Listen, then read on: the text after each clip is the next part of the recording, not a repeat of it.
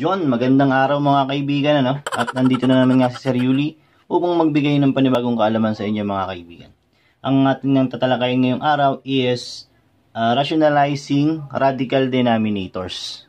'Di ba? Alam naman natin kasi na in expression, ano, hindi natin or bawal tayo magkaroon ng radical expression doon sa ating denominator. So we need to rationalize the denominator to be able to eliminate the radical sign. No, pag sinabi nating rationalize, tatanggalin nga natin yung radical sign dun sa ating denominator.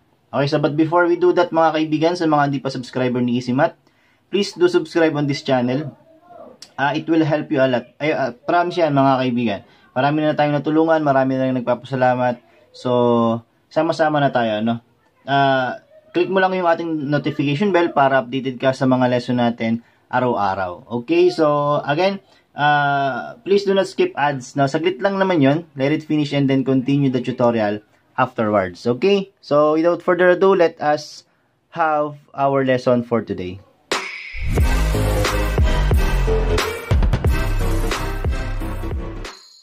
Ayun nga, sabi ko mga kaibigan, ano? Ang lesson natin is rationalizing the radicals in the denominator. So again, when we say rationalize, we will eliminate the radical sign or radical expression on our denominator. Kasi nga, bawal tayo magkaroon ng radical sign or radical expression sa ating denominator. So, we need to eliminate that. Let us have our first example, ano, para mas maintindihan natin kung bakit ba natin ginagawa or paano ba yung process of rationalization. So, number 1, let's say we have square root of 3 minus 9 all over 2 square root of 6. So, it is clear, no, na meron tayong radical expression siya sa ating denominator. So, again, on our final answer, dapat wala tayong radical sign. So, we need to eliminate the radical sign by rationalizing the denominator. When we say rationalize, by this example, ano, paano ba natin matatanggal yung ating square root of 6 na yan? So, obviously, we multiply it by itself. Now, we all know that if we multiply square root of x by square root of x, it will just cancel the radical sign. The answer here is x. No? Paano naging x yun? Kasi nga, di ba? Square root of x squared, no? Since, makakancel lang niya yung exponent na 2 tsaka yung radical sign. So, the final answer will be x. So, same thing with this example, ano? We will rationalize by multiplying by itself. Okay?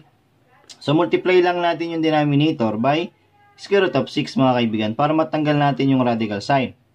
Ngayon, ayaw natin na mabago yung value ng ating expression. So, kung ano yung expression na nilagay natin sa ating denominator, ilalagay din natin yung sa ating numerator. No? Para ma-cancel out lang nila yung bawat isa. Diba? If we divide square root of 6 by square root of 6, that will be just 1. So, multiplying 1 on this expression will not change anything. No? So, hindi mababago yung value niya. And then, that is the process of rationalization. Now, let us multiply, ano? Multiply lang natin yan. So, let us multiply numerator on our numerator. So, square root of 6 multiplied by square root of 3, that is square root of 18. No? Then, minus 9 square root of 6. All over.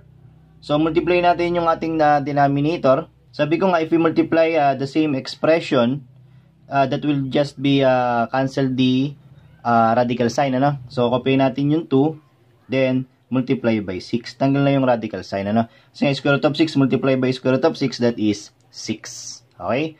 Then, let us simplify to obtain our final answer, ano? Kasi nga, di ba, in a final answer, kailangan natin simplest form.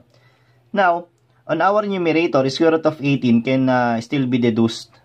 Now, we know that 18 is equal to 9 multiplied by 2. Okay? So, this is 9 multiplied by 2. Now, that is square root of 18 minus, copyhin lang natin ito. All over 2 multiplied by 6, that is 12. No? Then now, 9 is perfect square, so we can extract that. That will be 3 square root of 2 minus 9 square root of 6. All over 12. Then, observe that in our numerator, we have a common factor, no? we have 3 here and then 9. So, they have a common factor of 3. So, factor out natin yung 3. Now, this 3 square root of 2 divided by 3, that is square root of 2 na lang. Minus this expression divided by 3, so that will be 9 divided by 3, that is 3 square root of 6. No? All over 12. Then, 3 divided by 12, no? Again, they have a common factor of 3. So, divide mo yung 3 by 3, so 1 na lang yun. Hindi na natin ilalagay. Then, 3 divided by 12, that is 4. So, ang naiwan na lang sa ating numerator ay, if we simplify this, ay yung ating nasa parenthesis na. So, ano ba yung nasa parenthesis natin? Square root of 2 minus 3 square root of 6 all over, sabi ko nga, no, ito 3 divided by 12, that is over 4. Alright, so that is our final answer, mga kaibigan. Nakita nyo ba yung final answer? Yan. That is our final answer, ano? So, again, from here, we rationalize and then punta tayo dito. So, as you can see, wala na tayong radical expression on our denominator. So, we are clear. No? We have the correct answer for example number 1. Okay? So, let us have another example. Example number 2. No? Let me erase this para maibigay natin yung example number 2. Kapit pa rin sila, oh. Okay, example number 2. Let us consider the following expression. 2 all over square root of 3 minus 5. Okay? So again, as you can see, we have a radical expression on our denominator, square root of 3. We need to eliminate this, ano? Now, mga kaibigan, this is another case, ano? Pag meron tayong binomial on our denominator, tapos meron siyang radical expression na kasama, we will multiply the denominator by its conjugate. What? So, ano yung conjugate, mga kaibigan? Conjugate means same terms, ano? We will multiply by the same terms, pero iba yung kanyang operation. No? Let's say, for example, A plus B. No? A plus B. Ano ang conjugate ng A plus B? That is, magkamukha ng terms, pero iba lang yung operation. Okay? So again, ito yung expression. Ano yung conjugate niya? Ito. Naka? Ang conjugate, again, same terms, A and B, pero iba lang yung kanyang operation. Na? In our radical expressions, multiplying by the conjugate will eliminate the radical expression or radical sign. So, pakita natin kung paano, ano. Multiply natin by its conjugate. So, ano nga yung conjugate niya? Kopyahin lang natin yung terms. Square root of 3. Since this is minus, magiging plus na yung ating conjugate. Plus 5, okay? So again, sabi ko nga, kung ano yung nilagay natin sa denominator, hindi na ilalagay natin sa numerator natin. Yan. Para walang mabago sa kanyang value. Alright? Equals. Sabi ko nga, mga kaibigan, ano? If we multiply the term by its conjugate, ito yun eh. Kung natatandaan nyo yung special products, ano? A plus B multiply by A minus B. Excuse me po. To multiply this, hindi mo na kailangan ng FOIL method. You will just multiply the first terms, or ano mo lang, square mo lang yung first term, tapos square mo yung second term, no, which is B, that is B squared, tapos minus yan. Automatic yan. That is a special product. Okay? So again, if you multiply same terms but different operations, ito yung magiging resulta. I-square mo lang yung first term, square mo yung second term, and then minus. Okay? So, paano natin magagamit dito yan? So, tingnan natin, ano, kung ma-eliminate ba natin yung ating radical sign. So, again, multiply natin yung numerator. Pagsamahin lang muna natin, ano, so 2 multiply by square root of 3 plus 5. Baka kasi meron tayong makancel mamaya. All over, sabi ko nga, ano, same terms, magkaiba lang yung kanilang operation kasi nga conjugate. I-square mo lang yung second, yung kanilang terms. Na pag in-square mo to, square root of 3 squared, ito yan eh, square root of 3 squared, makakancel lang yung radical sign, tsaka yung square. So, 3 na lang, ano? Hindi na natin kailangan ilagay yon. So, if you multiply again, by itself, matatanggal yung kanyang radical sign, 3 na lang yung maiiwan. Okay? Then, square mo yung 5, that is 20. Excuse me po. 25. Tapos, subtraction. Okay? So, that is how we eliminate the radical expression or radical sign on our denominator, no? By multiplying the binomial to its conjugate. Okay? So, simplify lang natin yan. Burahin ko lang to. Simplify lang natin, ano? 3 minus 25, that is negative 22. Tama? So, since negative 22 yung denominator, aangat ko na dito yung negative sign, ano? So, negative 2 multiplied by square root of 3 plus 5 all over 22. So, again, saan galing yung negative sign na ito sa numerator? Sa denominator natin. Di ba nga, this is 3 minus 25, that is equal to negative 22. So, dapat negative to, tinaas ko na yan. Okay? So, wala namang kaso doon. We are just dividing signs, no? Now, simplify lang natin. 2 divided by 22, that is 1 over 11. So, this will be negative square root of 3, no? Tapos, multiply mo lang doon. Negative multiply by positive, that is negative. Negative multiply by positive, that is negative 5. Okay? All over 11. Yun. So, kung meron pa tayong masisimplify dito, simplify mo pa. Pero kung wala na, ito na yung ating final answer. Okay? Wala na tayong radical expression sa denominator. Simplest form na to, we are clear. Okay? This is our final answer. So, another example. Bigay lang tayo para mas maintindihan natin kung paano ba yung rationalization. Right? So, example number 3. Maybe Sir Julia.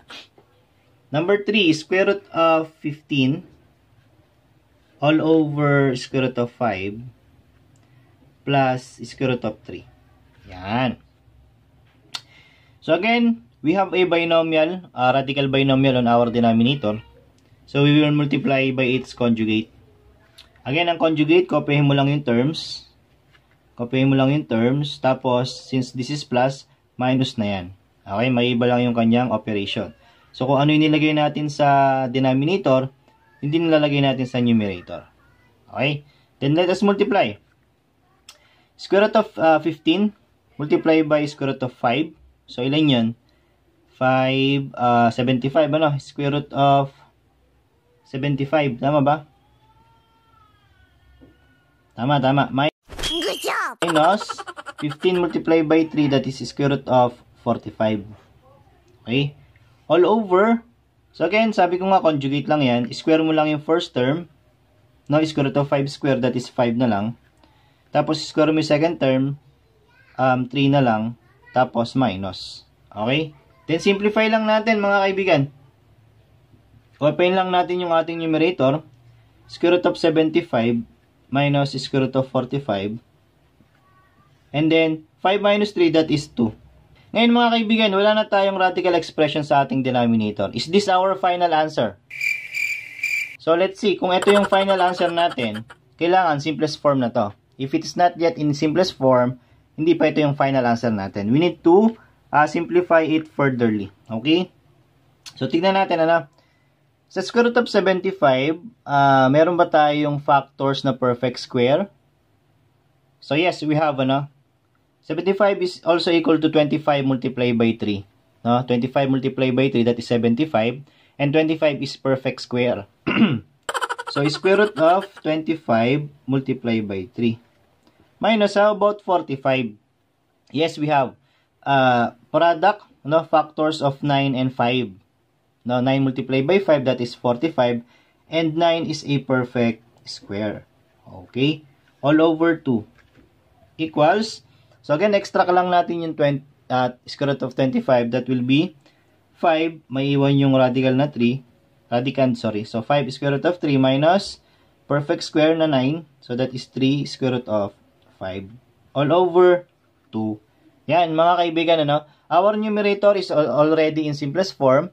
Tapos, wala na tayong radical expression sa denominator. So, this will be our final answer. Okay? Okay, mga kaibigan, another example. What if we have variable? So, wala namang kaibahan yan, ano? Nagkaroon lang tayo ng letter sa ating given or sa ating expression, no? So, let's say we have example number 4. That is 3x square root of 2x plus square root of 4x cubed all over 5x minus square root of 3x. Yan. So, that is our expression, mga kaibigan. So, again, we have a radical expression on our denominator. We need to multiply it by its conjugate. Na? So, again, conjugate, copyin lang natin yung terms. So, 5x, since this is minus, magiging plus yan, square root of 3x. All over, so again, kung ano yung multiply natin, ay kung ano yung nilagay natin sa denominator, yun din sa numerator. Okay, so multiply. Multiply lang natin, mga kaibigan, ano? Dito na lang sa baba. Mas maluwag. Numerator to numerator, no? So, in this case, we have binomial on our numerator and binomial on our second numerator. So, in this case, FOIL method ang gagamitin natin, ano? So, by FOIL method, first term, multiply by first term. So, 3x multiply by 5x, that is 15x squared. Tapos, yung kanyang radical expression. Tapos, first term multiply by the second term, no? So, ito, multiply mo dito.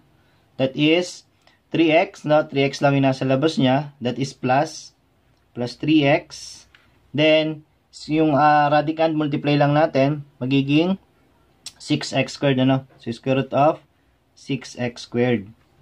Then, plus, eto, multiply mo dito. So, magiging 5x square root of 4x cubed. Then, lastly, yung last terms nila, eto, saka ito. Multiply lang natin. So, plus lang naman yun, ano? Plus square root of 3x and 4x cubed. That is 12 x raised to 4, ano? Yan. All over our denominator. So, yung denominator natin, square lang natin first term. So, that is 5x squared. That is 25x squared, ano?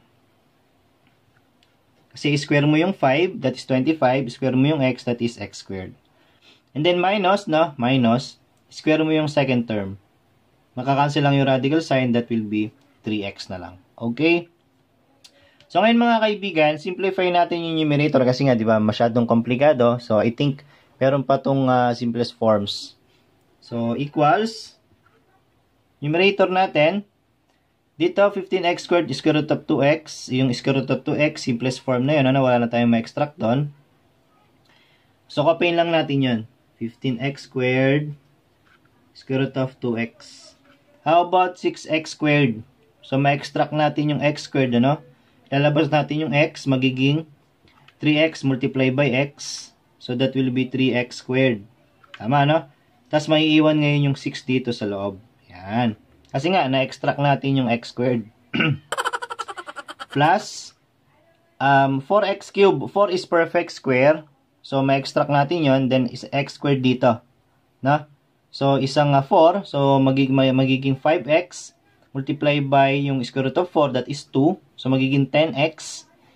And then, yung x squared dito, lalabas natin yung magiging x.